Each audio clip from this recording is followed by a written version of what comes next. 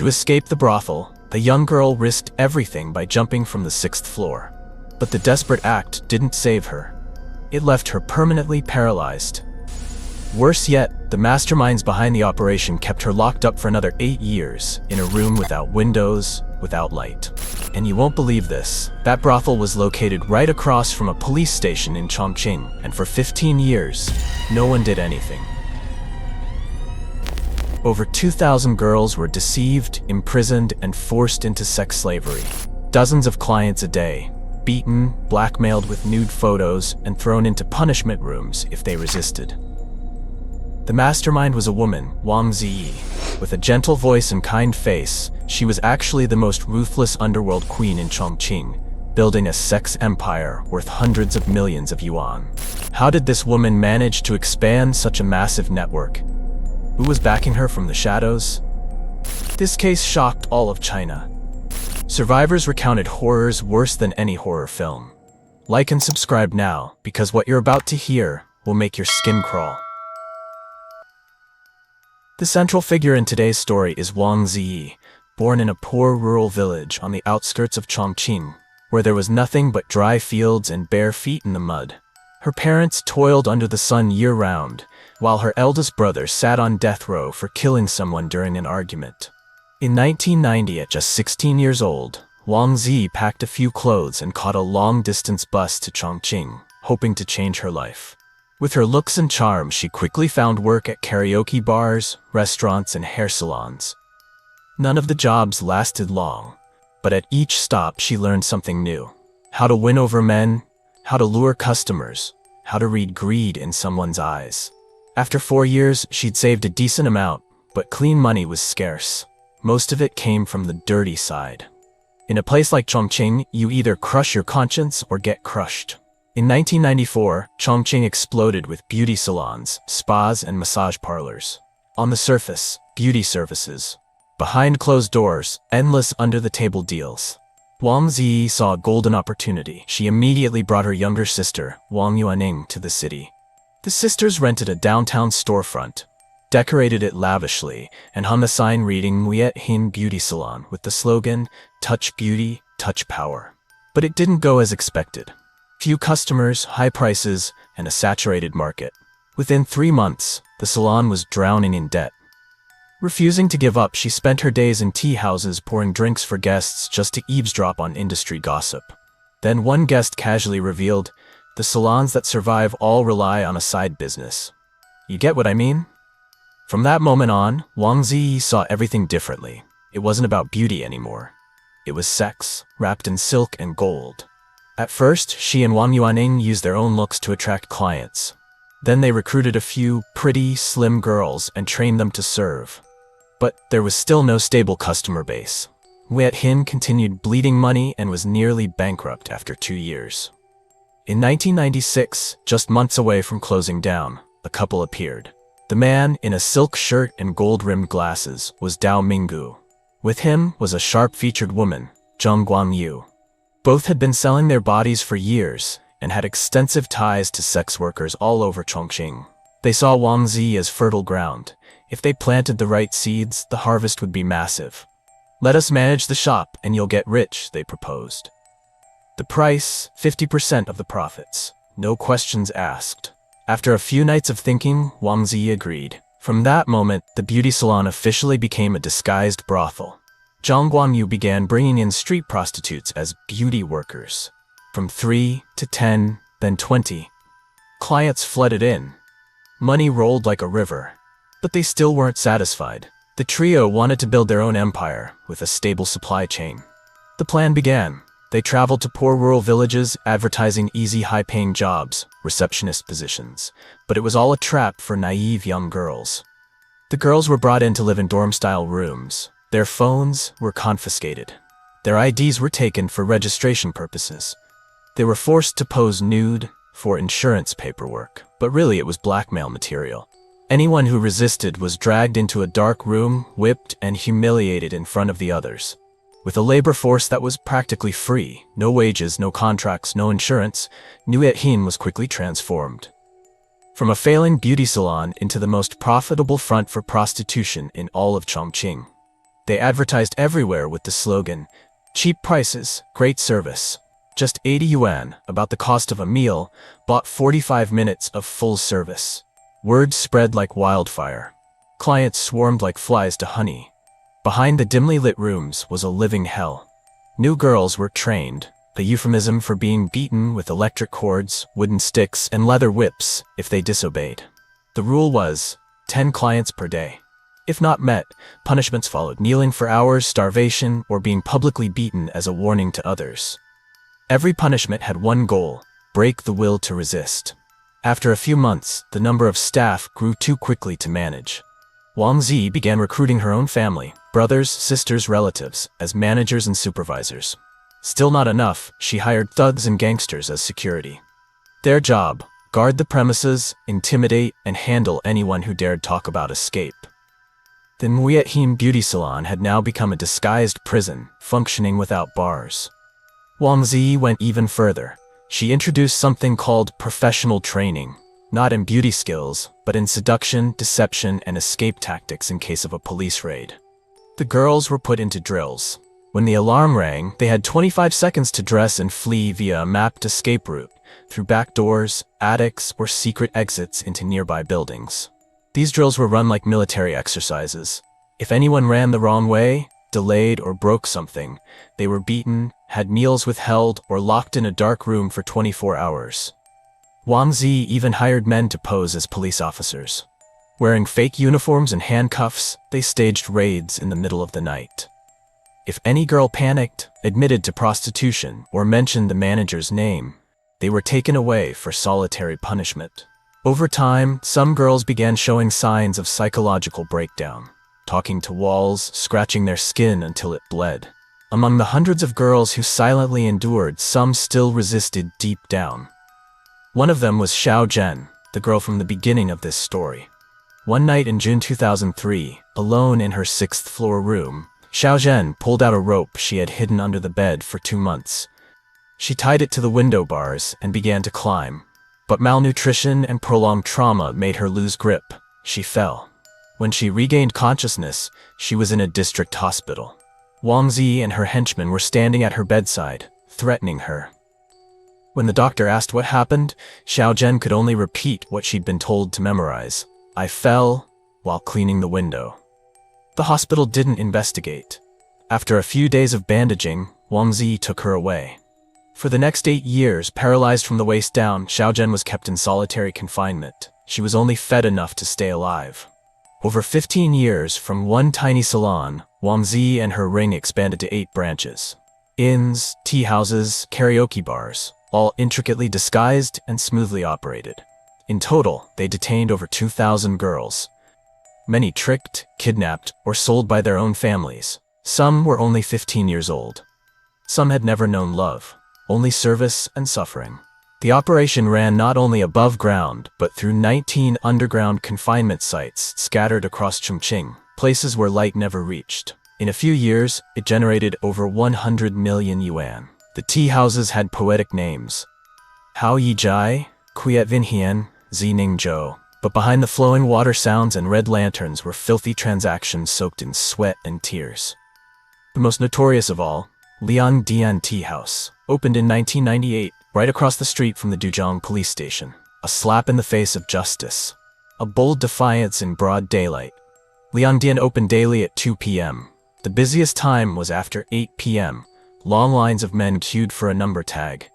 At this point, you and I probably wonder the same thing. How could Wang Zi and her crew get away with it for so long? The answer? The man behind it all was Chen Dao, deputy head of security at the Chongqing Police Bureau. Chen Dao protected the entire network, ensuring all locations avoided inspections and bypassed all security violations. In return, he accepted 19,000 yuan in bribes over 3 years, and more than 10 free sessions at Liangdian. But he didn't just take for himself. He directly called Wang Zi to order prostitutes for his subordinates, including Huang Dekong, deputy head of criminal investigations. On May 7, 2002, a shootout occurred at Liangdian between a customer, a prostitute, and a security guard. 3 people were seriously injured. Strangely, no arrests were made. No report filed. The The task force at that time was led by Wen Chang, head of the Chongqing Department of Justice. A man once praised for his anti-crime campaigns, who never touched Wang Zi's empire. In the investigative records, the shooting never happened. Case files were pulled, blood stains on the wall were cleaned with bleach, and the silence of the system allowed the criminal empire to grow even stronger. It wasn't until 2008 that things began to change. A nationwide campaign called Strike the Darkness swept across China. Dozens of officials and gang leaders were named. Chongqing, calm on the surface, began to tremble. Wen Chang, once a hero, was suddenly placed under investigation. The Liangdian shooting case was reopened. This time, no one dared to cover it up. Chen Dao panicked. He called Wang Zi Yi with a desperate voice. "Stop. People are talking. Don't be so flashy anymore." But by then, it was far too late. At 11 p.m. on August 7, 2009, while Chongqing glowed under city lights, over 200 SWAT officers stormed Liangdian. In just 15 minutes, more than 300 women were rescued. Many were wrapped in blankets, hiding in storage rooms. Others were found locked in pitch-black basements. But the most terrifying part, Wang Zi and her accomplices had escaped hours earlier. Right after the raid, the entire city of Chongqing was in frenzy. News outlets hinted vaguely. Social media leaked photos of girls sobbing in the rain, wrapped in sheets. But Wang Zi's name remained absent. She and Dao Minggu had fled the city that very afternoon, carrying a suitcase full of cash and fake IDs. The pair fled through the night, Chongqing to Chengdu, then northward. They split the money, changed SIM cards constantly, stayed in short-term rentals under false names. Professional, like international fugitives. Meanwhile, local police assembled a special task force, reviewing surveillance footage, contacting informants, and tailing known associates of Wang Zi Yi. Eventually, a lead slipped. A former employee of Wang Zi Yi texted a friend, "Heard the Queen is holed up at apartment 13, 6th floor, Heping District, Shenyang." At 3 a.m., the task force silently surrounded the building. When they broke in, Wang Zi Yi was still in her nightgown, phone in hand, about to erase data. Too late. At the same time, Dao Minggu was arrested in the basement of a motel near the train station. He tried to swallow his SIM card, but failed. As he was escorted out, he bowed his head, gasping for air. His hands were full of needle marks, signs of sedatives used to avoid capture. News of the arrests sent shockwaves nationwide. Families of missing or trafficked girls flooded police stations demanding justice. In the interrogation room, Wang Zi remained silent for nearly 20 hours. No tears, no screams, no begging. Until she was shown footage of Xiao Zhen dragging herself across a cement floor, clawing for a hole of light. Then she cried. For the first time. The investigation widened nationally. Over 30 people were detained. Several mid-level officials were suspended. China had never seen a trafficking protection violence ring this monstrous. After nearly a year, stacks of files filled the courthouse archives. Each relationship, transaction, and photo cataloged meticulously. No one could escape. On April 14, 2010, Chen Dao, former deputy head of Chongqing's public security, was sentenced to 19 years and 6 months for bribery, aiding organized crime, and corruption. His assets, worth 100,000 yuan, were confiscated. The sentencing was devoid of emotion. Only the clicks of cameras and the wary stares of those who once owed him favors. On August 11, 2010, at Chongqing Intermediate People's Court, the trial of Wang Zi Yi and over 30 defendants began. The list of charges was endless: trafficking, forced labor, kidnapping, money laundering, bribery. After days of deliberation, the court announced its verdict. Wang Zi Yi and Dao Minggu were sentenced to death. Zhong Guangyu, the woman who once smiled while teaching girls the side job, was also sentenced to death, but with a 2-year suspension pending reform. Wang Zi's family wasn't spared. Her second brother received a life sentence. Her youngest sister, prison time. The entire family, once the control center, now stood humbled in court. Over 20 core staff, including bodyguards, drivers, bookkeepers, and collectors, were sentenced to between 5 years and life in prison. Wang Yuaning, the younger sister who co-founded Nuehin, caught a flight out of China the night Liangdian was raided. For nearly 600 days, police found no trace. But in March 2011, a cash transaction in Manila, exposed her. She was arrested in a luxury apartment while preparing fake papers to flee to Canada. After extradition, Wang Yuaning was sentenced to life in prison by Chongqing's court. Of the 5 siblings, 2 executed, 2 given life, 1 imprisoned. The empire had collapsed. On December 7, 2011, at a Chongqing detention center, Wang Zi Yi and Dao Minggu were executed by lethal injection, ending a saga that stunned a nation. Legal scholars called it the largest sex trafficking case in modern Chinese history, not only because of its scale, but because of how deeply it involved state power in a hidden, well-oiled criminal machine. Years later, the street where Liangdian once stood is now a trendy Korean-style cafe. The red lanterns are gone, but some locals still whisper about the cries once heard behind wooden walls, evidence of an unforgivable crime. This video concludes here. Thank you for watching, and see you in the next video.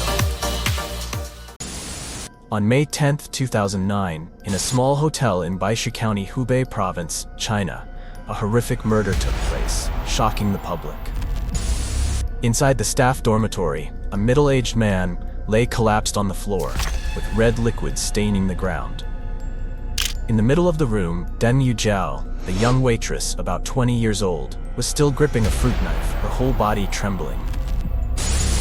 Earlier, 3 middle-aged men had dragged her into the room, forced her to drink alcohol, and coerced her into fulfilling unethical demands. In a state of panic, the fragile young woman struggled to resist, never expecting it to end with a fatal stab, a man dead, and countless unanswered questions. Was this an act of self-defense or a premeditated murder? Who is truly the victim in this tragedy? Like and subscribe to the channel so you don't miss the shocking details of this case. The protagonist of today's story is Deng Yujiao, born in 1987, who grew up in a poor farming family in Hubei Province. From a young age, she displayed a strong, determined personality, always willing to help others and live harmoniously with those around her. In her studies, Yujiao was diligent, hoping that knowledge could change her life. However, her family's financial situation did not allow her to pursue higher education. Her parents were often ill, and the worsening financial strain forced Yujiao to drop out of school early. Putting her dreams aside, she followed her relatives to Guangzhou to find work right after leaving school. The days of working far from home were extremely tough, but Yujiao never complained. As long as she could earn money, she was willing to work overtime, never once voicing dissatisfaction or resentment. Just like that, 8 years passed in the blink of an eye. Throughout those years, aside from basic expenses, all the money Yujiao earned was sent back home to support her family. Her parents watched their daughter struggle to make a living and couldn't help but feel heartbroken. Before long, her parents wished for her to return home, settle down, and find a good husband to marry. Under pressure from her family, she had no choice but to comply with their wishes and return home. After returning, Yujiao both cooperated with her parents in arranged marriage meetings and searched for a job to earn an income.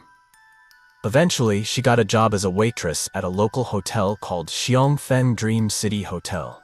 The poetic name came from the town's reputation as a famous tourism and entertainment destination. Besides regular lodging services, the hotel also offered high-end amenities such as spas, saunas, and foot massages. Because of this, the hotel frequently welcomed wealthy customers. Yujiao's job mainly involved minor tasks around the hotel, occasionally assisting with customer service. Although it was tiring and the salary was not high, she was happy to work near home. This was the life she had longed for over the past 8 years. Therefore, Yujiao felt content with her current situation.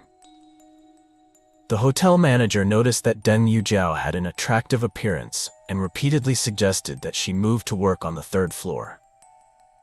There, she could earn the equivalent of a month's salary just by accompanying guests for one evening. However, Yujiao was well aware of the manager's true intentions, so she firmly refused. Seeing her determination, the manager did not pressure her further. Although she was sometimes harassed by customers, as long as they did not cross the line, she tried to endure it. However, Deng Yujiao's fate quickly took a different turn when trouble struck, dragging her into an inescapable tragedy. Around 8 p.m. on May 10, 2009, the hotel welcomed 3 intoxicated guests.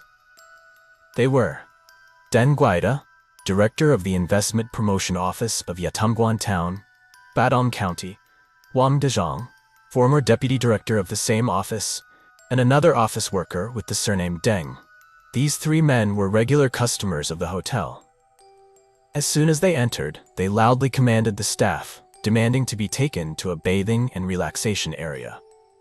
The staff was not surprised by the scene and immediately led them to the hotel's spa area. The 3 staggered along, barely able to walk straight. After some fumbling, they finally made their way into the spa room. As soon as they entered, the 3 separated, each going in a different direction. Wang Deshang, a frequent customer, was very familiar with the place. Relying on his hazy memory from being drunk, he stumbled towards VIP room number 5.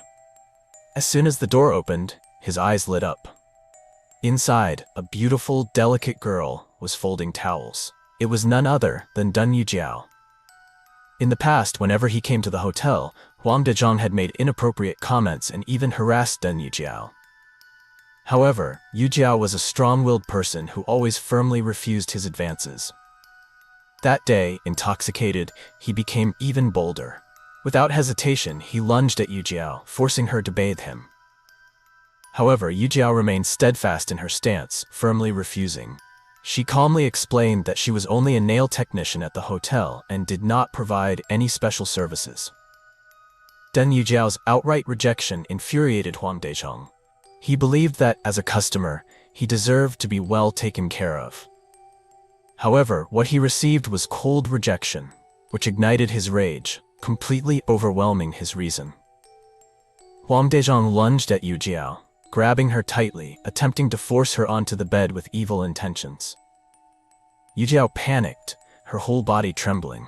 When he bent down to undo his belt, she immediately seized the opportunity.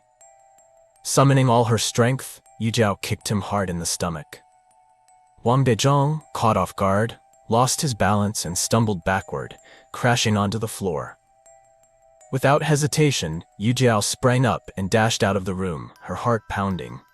She ran straight to the staff break room, constantly looking over her shoulder in terror. After making sure Wang Dezhang wasn't chasing her, she stopped, struggling to catch her breath, gripping the edge of the chair tightly. At that moment, there were 3 or 4 other employees in the room watching TV, completely unaware of what had just happened. But before she could calm down, Deng Yujiao suddenly heard hurried footsteps right outside. Before she could react, the door burst open. Wang Dezhang stormed into the staff break room, shouting insults at Deng Yujiao. Right after, a shorter man also entered. Not only did he insult her, but he also pulled out a wad of cash and slapped it against Yujiao's face and shoulders. That man was Deng Guida. His voice was full of contempt. "You're just pretending to be virtuous, aren't you?" At that moment, the shift manager appeared, trying to mediate and explain to the 2 men while also asking Yujiao to leave the room.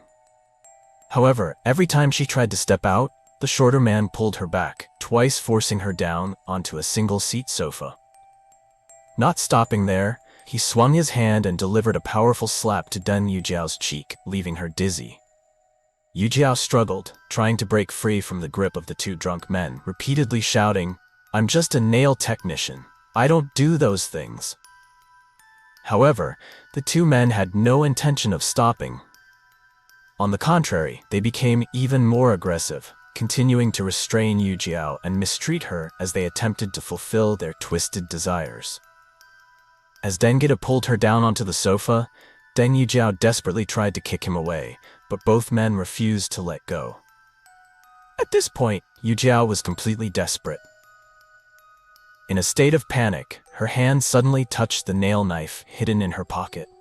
Without thinking, she grabbed the blade tightly and thrust it with all her strength toward Deng Guida. Yujiao swung the knife repeatedly, striking Deng Yujiao's left leg, forearm, then his chest and right shoulder. The red liquid soaked into the carpet on the floor. He clutched his wounds, collapsed, and groaned in pain. Huang Dezhong was shocked to realize that the situation had spiraled out of control. His eyes flashed with anger. Without hesitation, he lunged at Yujiao, intending to punish her for resisting. But at that moment, she had already lost all reason. Deng Yujiao gripped the weapon tightly and struck straight into his arm with all her strength. He screamed in pain, clutching his injured arm as he stumbled backward. Another accomplice witnessed the scene, too terrified to intervene, and fled the room in panic. Looking down at her blood-stained hands, Deng Yujiao was overwhelmed with shock and collapsed onto the floor, breathing heavily. Immediately, Yujiao called the police, reporting that she had committed a homicide at the Hengfang Hotel and would remain at the scene to await their arrival. Shortly after, law enforcement arrived at the hotel and took her into custody. It was only later that Yujiao learned that Huang Dezhong had also been injured in the arm during the struggle. Deng Yujiao and Huang Dezhong were quickly rushed to the hospital for emergency treatment. Due to the severity of his injuries, Deng Yujiao succumbed to his wounds and died on the way to the hospital. According to the forensic examination, Deng Yujiao died from acute blood loss, with the direct cause being a severed major artery in the neck and right lung damage caused by a sharp object. Huang Dezhong sustained only minor injuries that did not significantly impact his health. The next morning, the case of Deng Yujiao killing a government official shocked all of China. However, unlike many other cases, public opinion did not condemn her. Instead, the majority stood in support of Deng Yujiao. Because in this story, she was not only the perpetrator, she was also a victim.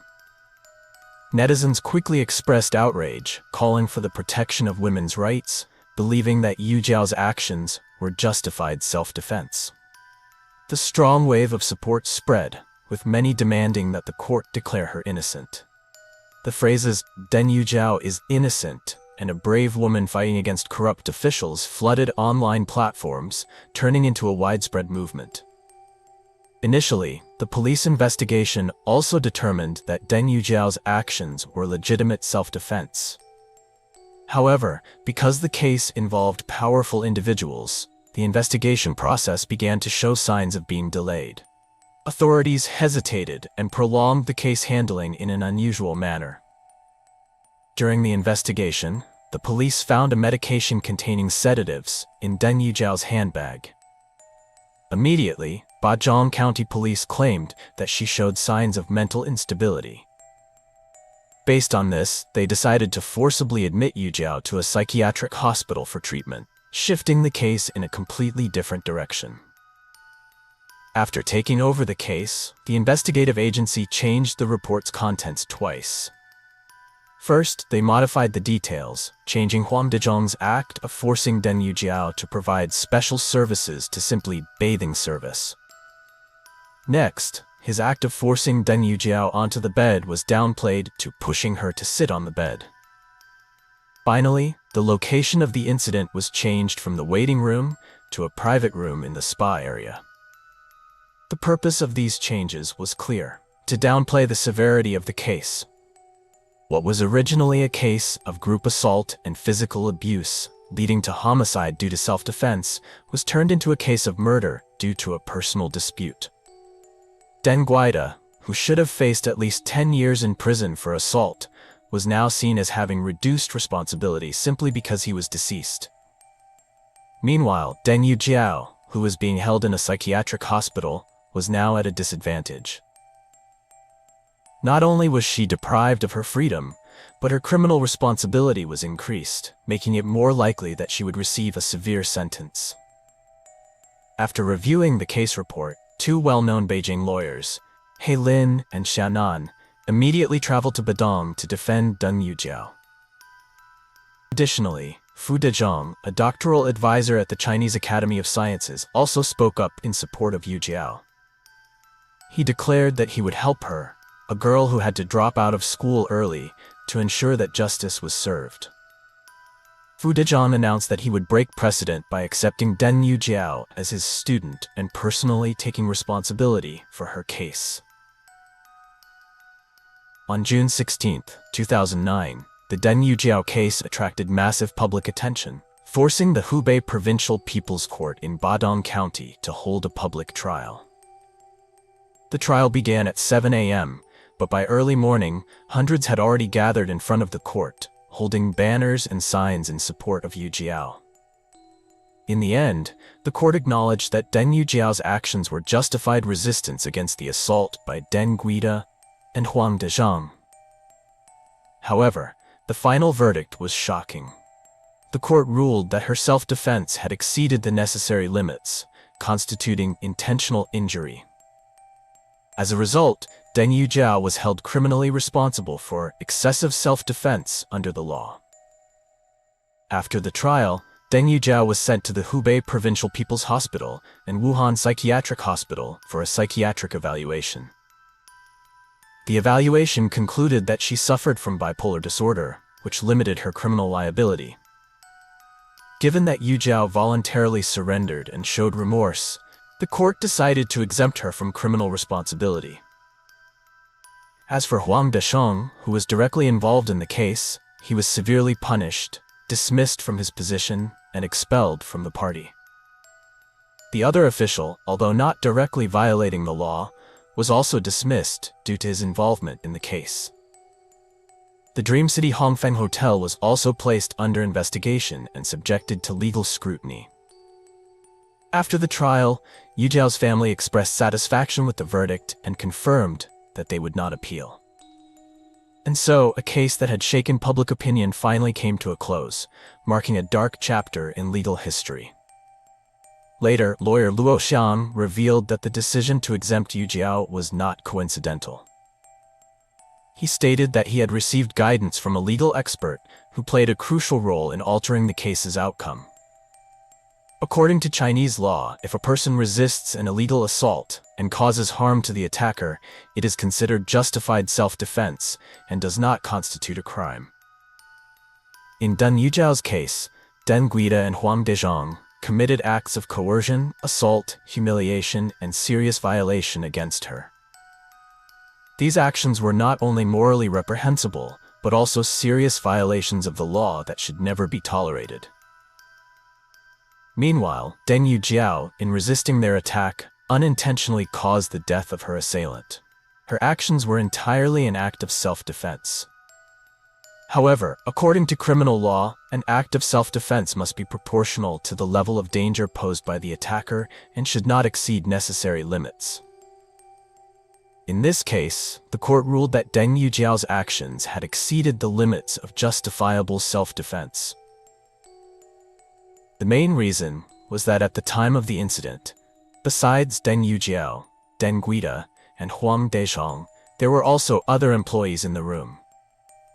Therefore, considering the actual circumstances, the court argued that the likelihood of Deng Guida and Huang Dezhang carrying out their assault or posing a life-threatening danger to Yujiao was not very high.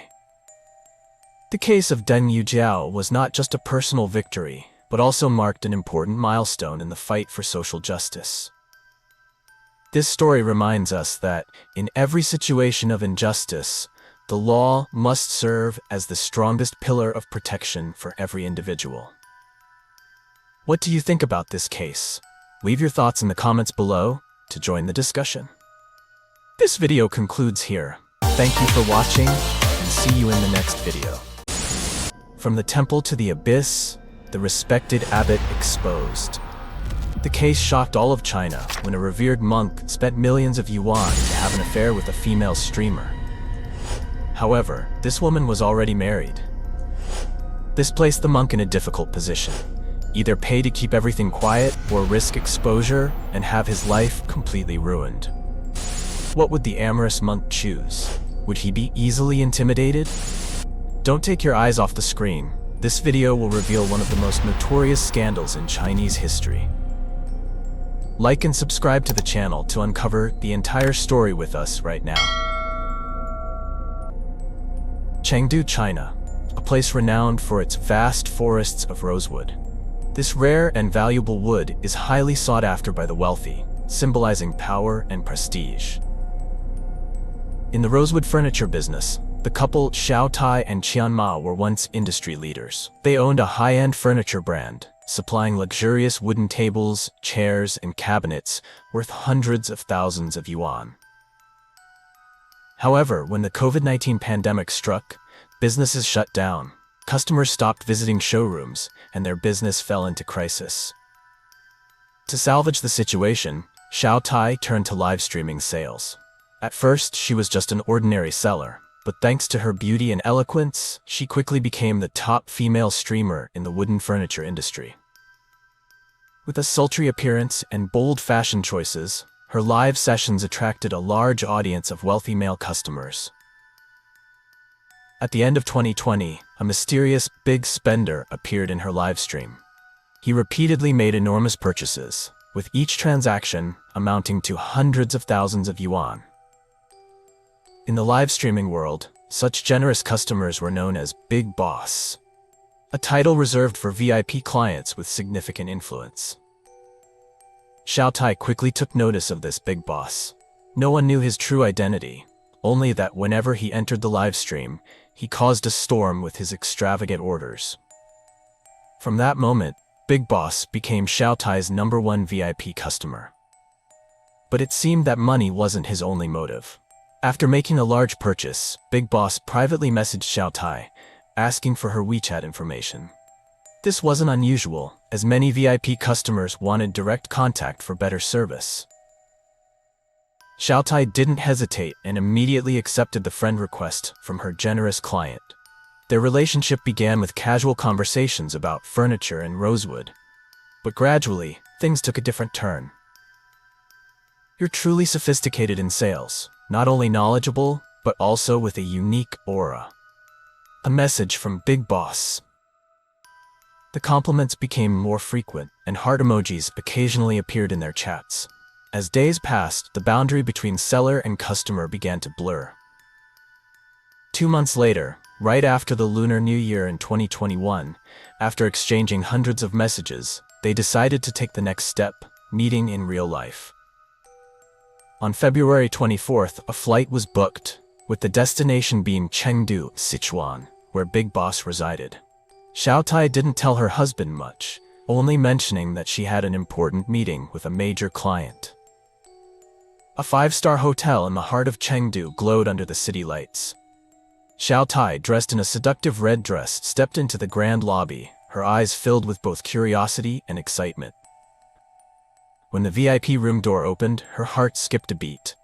The man standing before her was not the dashing tycoon she had imagined, but an old bald man with a sly grin. She hesitated. For a second, she wanted to turn around and leave, but then her eyes caught sight of his shining Patek Philippe watch, his silk designer suit, and handcrafted Italian leather shoes. Wealth radiated from every detail. A thought flashed through Xiao Tai's mind. This is not important. What matters is whether he has enough money to support me. And so, as the door closed behind them, the two were engulfed in pleasure. This forbidden relationship quickly became an addiction. Once there was a first time, there would be a second. Their meetings became more frequent, and they could hardly contain their excitement whenever a new message popped up on their phones. WeChat became their main form of communication. Messages flooded back and forth, and calls stretched late into the night. They talked about everything, from Buddhist teachings to intimate whispers. By day, he donned his monk's robe, preaching about serenity. By night, he was lost in the embrace of a woman. Xiao Tai grew accustomed to the extravagant gifts from her lover, embracing the luxurious lifestyle he provided. However, nothing stays hidden forever. By April 2022, a small mistake led to the exposure of the entire affair. Her husband, Chen Mu, accidentally opened her phone, not out of suspicion, just a casual habit. But within mere seconds, he discovered everything. A surge of rage erupted. No man could remain calm upon discovering his wife's affair. He wanted to immediately confront the other man, but there was a problem. This was no ordinary person. Chen Mu needed to know everything before taking action. He forced his wife to reveal the man's identity. Xiao Tai tried to dodge the question, but she couldn't keep it a secret any longer. She had to confess. Big Boss was not just an entrepreneur or an ordinary tycoon. He was Shi Zhaojie, the abbot of Xixiang Temple, a highly influential figure in the Buddhist community in Sichuan. Shi Zhaojie was not just an ordinary monk. He had ordained in 1999, studied at Guangde Buddhist Academy, and graduated from Minzu University of China in 2005. With over 2 decades of monastic practice, he was appointed abbot of Xixiang Temple, one of the largest temples in Chengdu. At the same time, he also served as a member of the Sichuan Provincial People's Congress, holding significant influence in both political and religious circles. A monk with status, power, and prestige. A man who preached morality yet tainted his own saffron robes. In Qian Mao's mind, the pieces of the puzzle started to fall into place. A beautiful female streamer, a high-ranking Buddhist monk, a perfect scandal waiting to be exploited. At this moment, contrary to his initial rage, he became excited about the potential opportunity. This was not just about personal revenge, it was a gold mine waiting to be tapped. A shocking event was about to be orchestrated, a scandal that could shake the entire Buddhist community in China. Qian Mao told his wife, "Making money is the priority now. Money can heal all wounds, including betrayal, and a scandal like this could bring in a fortune." Xiao Tai hesitated, but Qian Mao revealed the entire plan. He wanted his wife to continue seducing the high monk. In Xiao Tai's mind, her emotions were hard to decipher. She had once been captivated by Shi Zhaojie's generosity, but now she understood this was just a game of chess, and she and her husband were playing it together. The script was laid out. Xiao Tai would message Shi Zhaojie, feigning loneliness, saying she missed him and wanted to meet again. Shi Zhaojie, like a fish drawn to bait, immediately agreed. The trap was set. As soon as Shi Zhaojie stepped into the hotel room, his life would never be the same again. On April 27, 2022, Shi Zhaojie left Chengdu, Sichuan, in a joyful mood. He had no idea that this trip was not for pleasure, but to walk straight into a trap. The destination, a luxurious hot spring resort in Xianyu County, Fujian Province, a secluded high-end location, perfect for a secret rendezvous. Step 1. Qian Mao instructed his wife to maintain a normal relationship with Shi Zhaojie, ensuring he had no suspicions. Step 2. A sophisticated hidden camera system was installed in the hotel room to capture every moment of the corrupted abbot's deeds. Step 3. Qian Mu hid in another room in the same hotel, monitoring the entire encounter via live surveillance cameras. Xiao Tai, with the skills of a seasoned streamer, fully played her role. She was passionate, seductive, and made sure Shi Zhaojie never suspected a thing. Breakfast in bed, sweet gestures, flirty compliments, everything worked to lower the abbot's guard. After that night, Shi Zhaojie left the hotel feeling satisfied. But the couple was even more satisfied, because now they held the ultimate weapon, undeniable evidence. It was more than just a video. It was a limitless ATM, a tool that could force Shi Zhaojie to do whatever they wanted. 2 months later, the couple traveled to Chengdu, where Shi Zhaojie resided. Xiao Tai reached out to him, saying she was in Chengdu and wanted to meet again. She played coy, claiming she couldn't stop thinking about him. Shi Zhaojie had no doubts. He was convinced that his charm and stamina had made her addicted to him. A new meeting was quickly arranged at a luxurious hotel in the city. When Shi Zhaojie entered the room, he was not alone with Xiao Tai. Sitting in the middle of the room, wearing a cold smile, was her husband, Qian Mo. Right then and there, Qian Mo accused the monk of having an affair with his wife. But with a calm demeanor, the abbot denied everything. "I don't know who she is. What nonsense are you talking about?" Qian Mo wasn't surprised. A man as powerful and cunning as Shi Zhaojie would never admit so easily. Qian Mao immediately presented the hidden camera footage. Shi Zhaojie's face turned pale. There was no way to deny it, no way out. The abbot thought quickly. If this leaked, not only his reputation and position, but his entire life would be ruined. The Buddhist community, the authorities, the public, all would turn against him. A number was thrown onto the table, 1 million yuan. That was the initial price Shi Zhaojie was willing to pay to silence the couple. But this was no ordinary transaction. A tense negotiation took place between the two men. Everything had a price. Finally, they reached an agreement. 1 million yuan in cash and an additional 1 million yuan in furniture purchases from the couple's rosewood business. Not wanting to prolong the trouble, the abbot immediately took out his phone and transferred the money on the spot. With this sum, they quickly paid off debts, spent lavishly, and enjoyed their victory. If everything ended here, there would be no reason for the story to continue. But human greed is limitless. Although Qianma was satisfied with the enormous sum, a sudden doubt arose in his mind. If Shi Zhaojie could so easily part with 2 million yuan, how much wealth did he really possess? A man who could spend money so freely must have tens, perhaps hundreds of millions of yuan in his accounts. So why stop here? In February 2023, Qianmo returned to Chengdu alone. This time, he wasn't here to negotiate, he was here to extort more money. But things were no longer as easy as before. Shi Zhaojie was no fool. After being blackmailed the first time, he had become more cautious. This time, he refused to meet anyone. He hid inside the temple, declining all visitors. But Qianma was not one to give up easily. He sought out the abbot's close associates, the ones whom Shi Zhaojie trusted. A simple yet powerful message was sent. If you don't meet me, I will expose everything. This video will spread across social media. Everyone will see the true face of the so-called revered abbot. The message reached Shi Zhaojie's ears. His rage exploded. He had been pushed into a corner. But he also knew that if he acted recklessly, a single mistake could bring everything crashing down. A negotiation was arranged. But this time, Shi Zhaojie did not show up in person. Instead, he sent a trusted disciple to meet on his behalf. The second round of extortion began. More numbers were thrown onto the table. After multiple rounds of bargaining, they reached an agreement. Shi Zhaojie would pay an additional 3.2 million yuan. The payment method was agreed upon. 1.2 million yuan to be paid immediately, with the remaining 2 million yuan to be divided into 2 installments, 1 million per year for 2 years.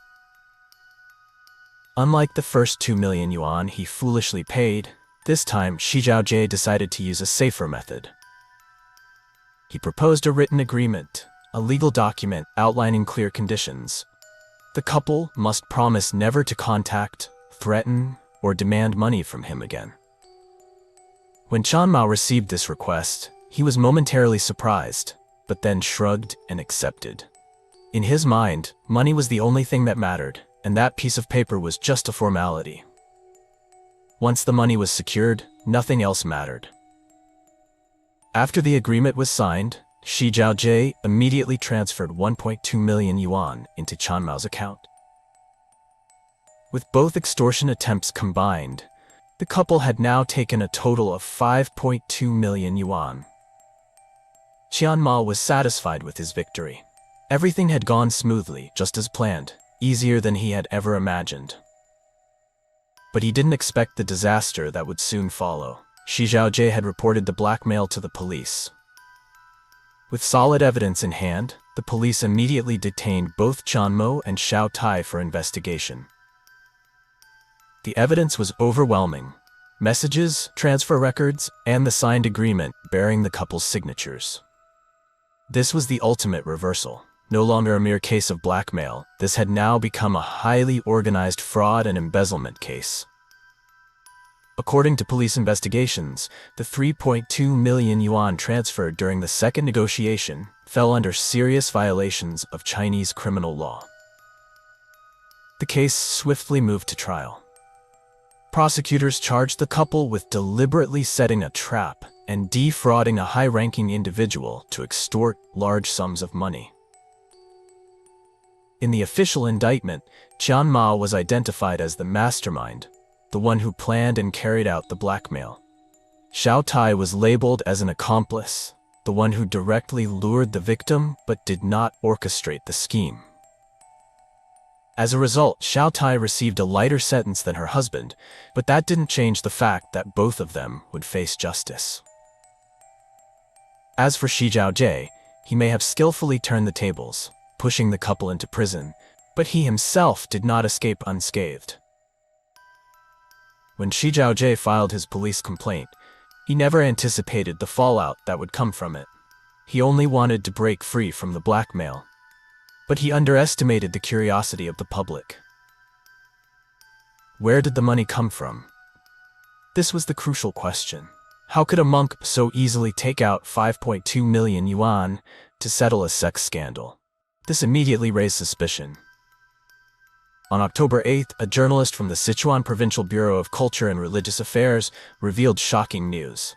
Grand Abbot Shi Zhaojie had been suspended from all his positions. The news caused an uproar in public opinion.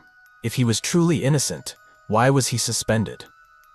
People began digging for the truth. A massive social media investigation began. Netizens scoured the internet for any trace of the female streamer who had brought down such a powerful monk. It didn't take long. The internet quickly found Xiao Tai's social media accounts. Her personal photos were unearthed and scrutinized. A beautiful woman, an alluring figure. Even after having a child, she still maintained a strikingly attractive appearance. The public was instantly captivated by the story. Keywords like female streamer, monk affair, fraud became the hottest topics on Chinese social media. Law enforcement launched an official investigation. A monk's wealth could come from two primary sources: legal temple revenues or donations from Buddhist followers. If the money had been taken from donation funds, then this was no longer a personal scandal. It had become a case of corruption and embezzlement of religious funds. All eyes turned to the financial investigation into Shi Zhaojie. The case remains unresolved. Authorities are still working to trace the origins of Shi Zhaojie's fortune. If it is proven that the money he used came from temple donation funds, he won't just lose his abbot title. He will also face criminal charges for religious fund embezzlement. A monk stripped of his honor. A disgraced female streamer. A scheming husband rotting behind bars. This is more than just a scandalous affair. This is a story of greed, of morality trampled underfoot, of people willing to sacrifice everything for money and pleasure. And it is a costly lesson for all. Nothing stays hidden forever, especially dirty secrets. Once you step onto the wrong path, there is no easy way out. We will continue updating you with the latest information on this case as new details emerge. This video concludes here. Thank you for watching, and see you in the next video.